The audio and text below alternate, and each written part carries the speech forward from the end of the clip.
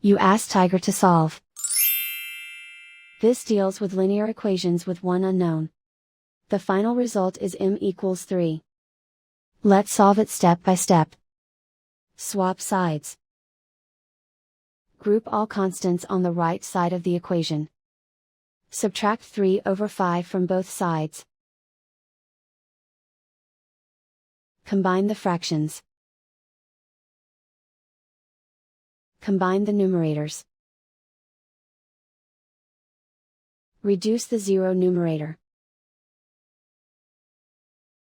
Simplify the arithmetic. Combine the fractions. Combine the numerators. Simplify the fraction. Isolate the m. Multiply both sides by inverse fraction 3/-1. Group like terms. Multiply the coefficients. Simplify the arithmetic.